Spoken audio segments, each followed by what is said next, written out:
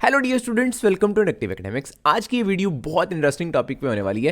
How exactly can you improve your English? Let's start this video.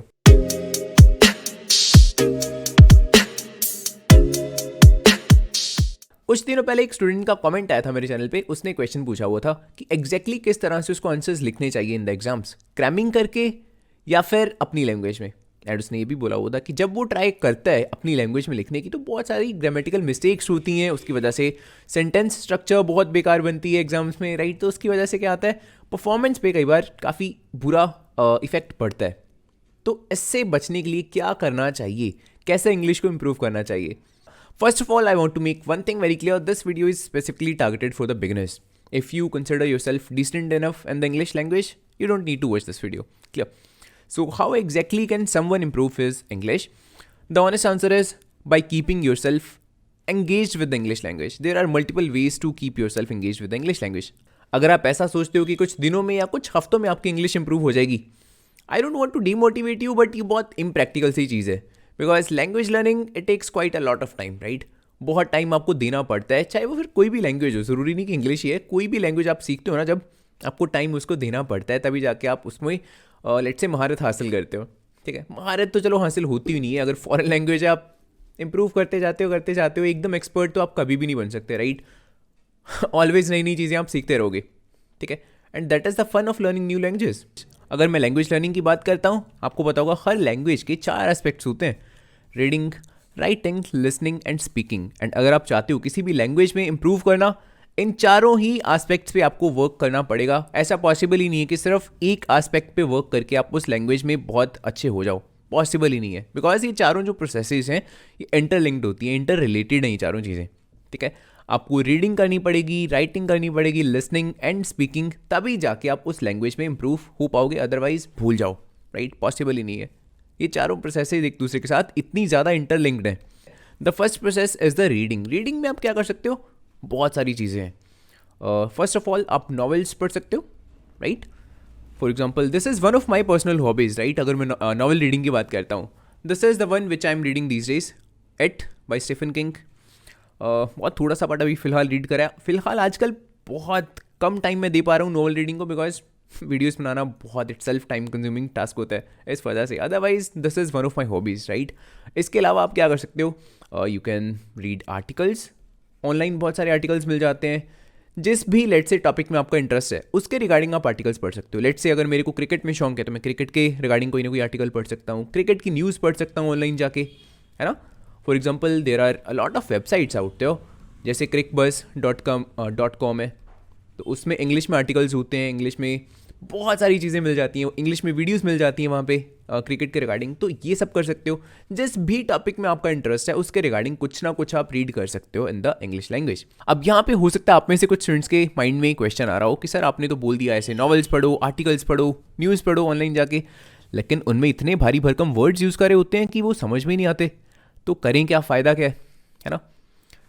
एक question मैं आपसे पूछना चाहता हूँ। फॉर एग्जाम्पल ये पर्टिकुलर बुक है, इसमें इतने ज़्यादा वर्ड्स होंगे, आपको क्या लगता है इन सबका मीनिंग मेरे को पता होगा?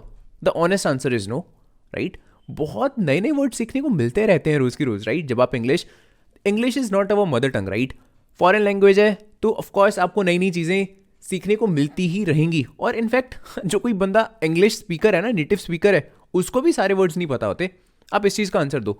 लेट्स से आप किसी भी पर्टिकुलर जो भी आपकी मदर टंग है, लेट्स से आप हिंदी स्पीकर हो, ठीक है, क्या आपको हिंदी लैंग्वेज में जितने वर्ड्स हैं सबका मीनिंग पता है? ऑनेस्ट आंसर इज नो, किसी को नहीं पता होते, राइट। नेटिव स्पीकर्स को भी नहीं पता होते।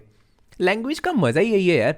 आपको इनफैक्ट ज़रूरत भी नहीं है सभी वर्ड्स सीखने की, लेकिन जितना सीखते जाओगे उतना आप ग्रो करते जाओगे। That's the thing. इस चीज़ को समझ पा रहे हो? क्लियर। जब आपको लगे कोई नया वर्ड है किसी भी आर्टिकल में, किसी भी नॉवल में, गूगल पे जाओ, सर्च करो, 2-3 अलग अलग कॉन्टेक्स्ट में जब आप देख लोगे कि उस वर्ड को कैसे यूज़ करा जाता है, आपको यूज़ करना आ जाएगा वो वर्ड, राइट। जब तक आप ऐसे वर्ड्स के साथ खेलोगे नहीं ना, लैंग्वेज लर्निंग में मज़ा आएगा ही नहीं, okay. Second process is the writing. How can improve it? Writing के लिए आप क्या कर सकते हो, आप एक डे बुक लगा सकते हो। दिन भर आपने क्या किया, क्या लर्न किया, क्या कुछ फील किया, ये सारा कुछ लिख सकते हो, राइट। बहुत सारे स्टूडेंट्स हो सकता है आप ऐसे लिखते भी होंगे, क्या। तो this is very good way अगर आप राइटिंग पे वर्क करना चाहते हो। The third process is the listening. Listening पे अगर आप वर्क करना चाहते हो तो यूट्यूब इटसेल्फ आपकी बहुत हेल्प कर सकता है। इतना बढ़िया टूल है यार, उसको अपने फ़ायदे के लिए यूज़ करो। ठीक है, जिस भी टॉपिक में आपका इंटरेस्ट है ना, उसके रिगार्डिंग आपको वीडियोस देखनी है, राइट। रोज़ अगर 10 मिनट 15 मिनट भी कुछ ना कुछ सुनोगे आप इंग्लिश में, बहुत फ़ायदा मिलेगा, राइट। क्या सुन सकते हो? You can watch interviews, right.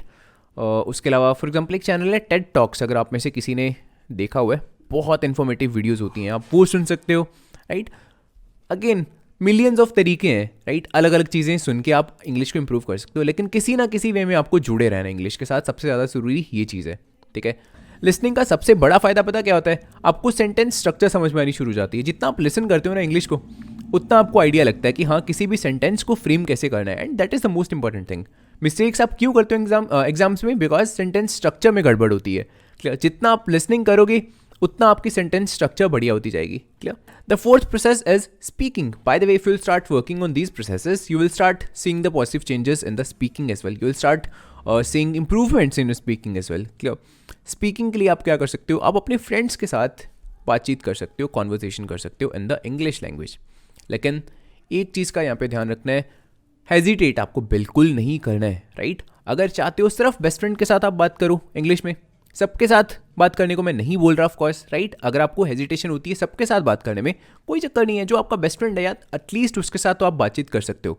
Best friend के साथ कॉन्वर्सेशन करने का सबसे बड़ा फायदा क्या होता है?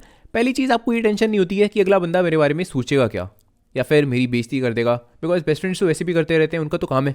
इनफैक्ट उनका तो हक है बेइज्जती करना। अगर बेस्ट फ्रेंड ही बेइज्जती करेगा यार, और कौन करेगा? क्लियर? तो ये टेंशन तो आपको बिल्कुल नहीं होनी चाहिए, हेजिटेशन बिल्कुल नहीं होनी चाहिए। जब कॉन्वर्सेशन कर रहे हो ना, एक दूसरे की बल्कि गलतियां निकालो, एक दूसरे की बेइज्जती करो जम के, बिंदास। टेंशन लेनी नहीं है आपको।